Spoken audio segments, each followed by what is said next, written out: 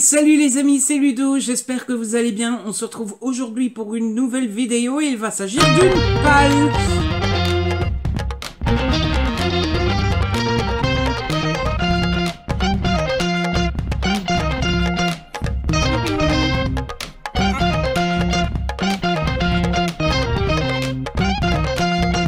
En effet, c'est la surprise du chef. Vous ne l'attendiez pas celle-là, et bien moi non plus, puisque je me suis décidé assez tard. En effet, j'ai décidé de participer au challenge organisé par l'amie Nina Quill, notre queen à tous.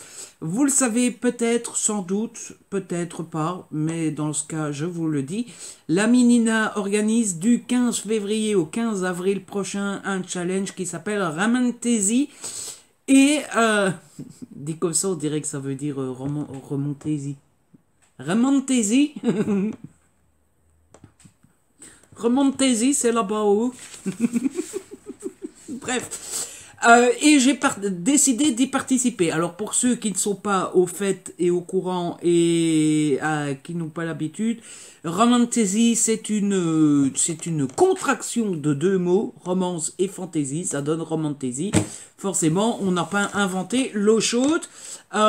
Et si vous avez envie de découvrir davantage sur ce challenge, eh bien, je vous propose d'aller dans la barre d'infos dans laquelle je vous aurai mis le lien de la vidéo de Nina et vous aurez toutes les explications du début à la fin, assez complète, tout ça.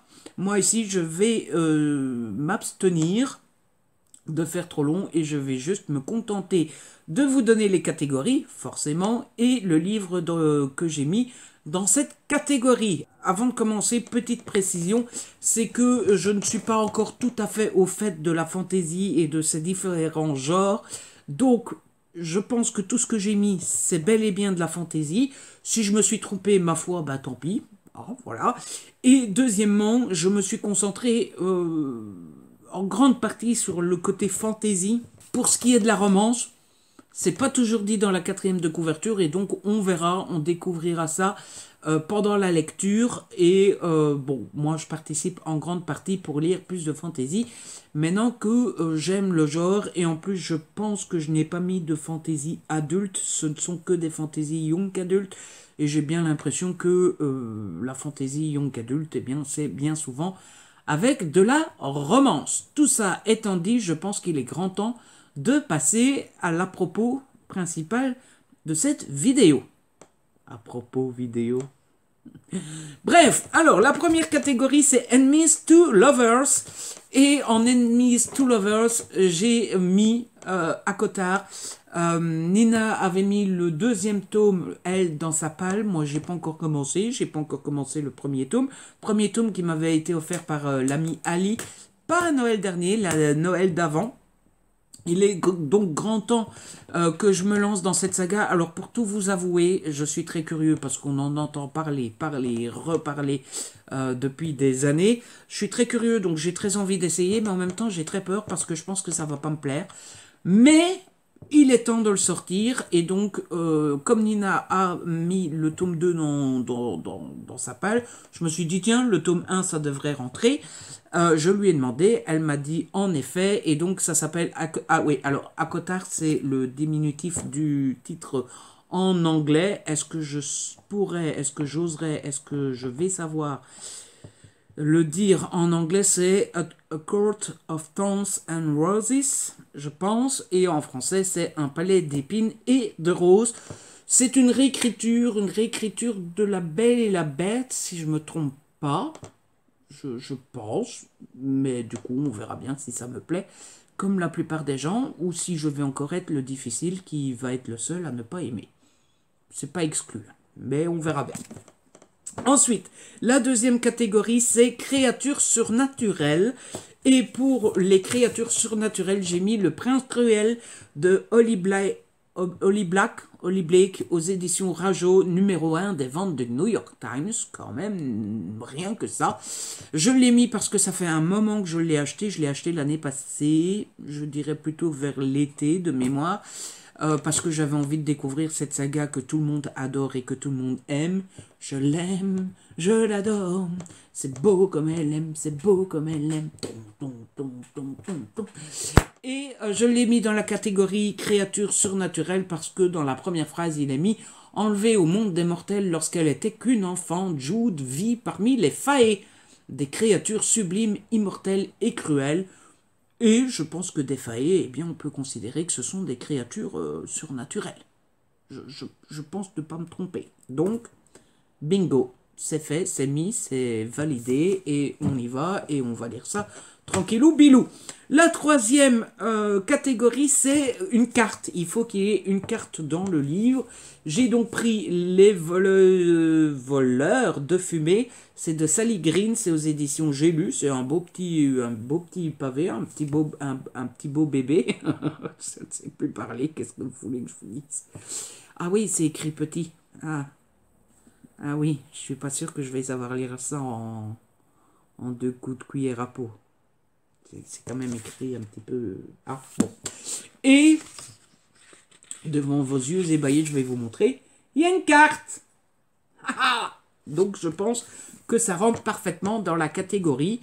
Qu'est-ce que vous voulez que je vous dise? Il n'y a plus qu'à, hein, il n'y a plus qu'à se lancer. C'est aussi un livre que j'ai acheté. Celui-là, ça fait peut-être déjà 2 ans. Donc, il n'y a plus qu'à. Voilà. Finalement, tous ces livres-là, j'espère presque ne pas aimer. Parce que si j'aime, c'est toutes des sagas à acheter. Hein. Oui, parce que c'est que des tomes 1. Voilà. Donc, si j'aime et que je dois acheter les sagas, Nina, tu pourras te sentir coupable. Et ça sera de ta faute. Hein, parce que sans ton challenge, je les lirai pas. Donc, ça sera de ta faute. Ensuite, la 4e catégorie, c'est graphique. Alors, pour le graphique, j'ai pris ceci. Je suis presque sûr que c'est bon pour le niveau fantasy. Je suis presque sûr que c'est pas bon pour le côté romance. Mais bon, on est à moitié dedans. C'est déjà pas mal. Hein. Donc j'ai pris Equinox, le tome 1, Cheval de Lune. C'est de Wallenstein et Gate. C'est aux éditions Dragou. Et le résumé nous dit... Kamara, Eileen, Soalia et Céliane sont des adolescentes inséparables de vraies sœurs de cœur. À la pleine lune, elles se métamorphosent en chevaux fantastiques. Cheval étoile, cheval taureau, cheval ailé et licorne fleurie. Elles sont fortes, libres et sauvages. Jusqu'au jour où la lune, victime d'une collision céleste, éclate en 1000 morceaux. La catastrophe est terrible pour Equinox. Le climat se dérègle, les gens terrifiés deviennent dangereux, les transformations oscillent entre l'humain et l'animal. Que peuvent faire Kamara et ses sœurs pour sauver ce monde qui s'effondre? Voilà, je pense que niveau fantasy... il y a le paquet. Niveau romance, bon, on n'a qu'à dire que Sœur de cœur, c'est de l'amour, tout ça, c'est de la romance, quoi. Voilà, on va dire ça. La catégorie numéro 5, c'est une femme badass. Et niveau femme badass, j'ai décidé de mettre Mercy Thompson. Mercy Thompson, j'en suis au tome 9. L'étreinte des flammes, c'est de Patricia Briggs, c'est aux éditions Milady dans la collection Bitlit. Je pense que c'est bien de l'urban fantasy, donc de la fantasy. Il y a de la romance, puisque notre amie Mercy Thompson est quand même en couple avec un loup-garou. Et niveau badass, quand même, hein, Mercy Thompson, ce qu'elle se prend dans la tronche depuis 8 tomes, et elle rentre dans le tas malgré tout. Elle se laisse pas faire et elle en a déjà mis plus d'un au tapis. Donc je pense que ce livre, sans vouloir me jeter de fleurs, rentre parfaitement, non seulement dans le challenge, mais en plus dans la catégorie. Je suis trop fort, je m'aime, voilà. N'importe quoi. 6e catégorie, autrice ou personnage de couleur. Alors, clairement, je me suis mis devant ma palle et j'ai rentré toutes les autrices sur Internet pour voir s'il y avait une autrice de couleur. Et, eh bien, Ayana Gray est une autrice donc il s'agit de Beasts of Prey, le tome 1, que la chasse commence. Et c'est aux éditions de Saxus. En plus, il donne super envie. C'est Kofi, une jeune fugitive qui possède un mystérieux pouvoir, et Ekon, un futur guerrier qui veut prouver sa valeur, décide de former une alliance singulière pour traquer le légendaire Shetani, un monstre qui menace leur ville depuis près d'un siècle. Ensemble, ils entrent dans la grande jungle, un monde imprégné d'une magie sauvage et d'indicibles dangers. La chasse commence, mais il devient rapidement difficile de savoir s'ils sont les chasseurs ou les chassés. Et bon, pour le côté romance, vous allez pas me faire croire que Kofi et Akon font pas un petit peu... hein, ouais, ça va. Et, prends-moi pour un jambon. La catégorie suivante, c'est LGBTQIA+. J'espère que je l'ai bien dit, parce que bon, moi et l'anglais, hein, c'est quand même prononcé à l'anglaise, donc voilà. J'ai mis L'appel du renard, le tome 1, Traqué, c'est de Charlie Reinhardt, et c'est aux éditions Milady, c'est de la Bitlit, là aussi je pense que c'est de l'Urban Fantasy. En me renseignant un petit peu auprès de l'amie Marie, parce que à la base c'est à cause d'elle hein, que j'ai acheté ce livre. Elle est fan de la saga. Je lui ai dit tiens, dis donc dans la saga est-ce qu'il y aurait pas de la romance?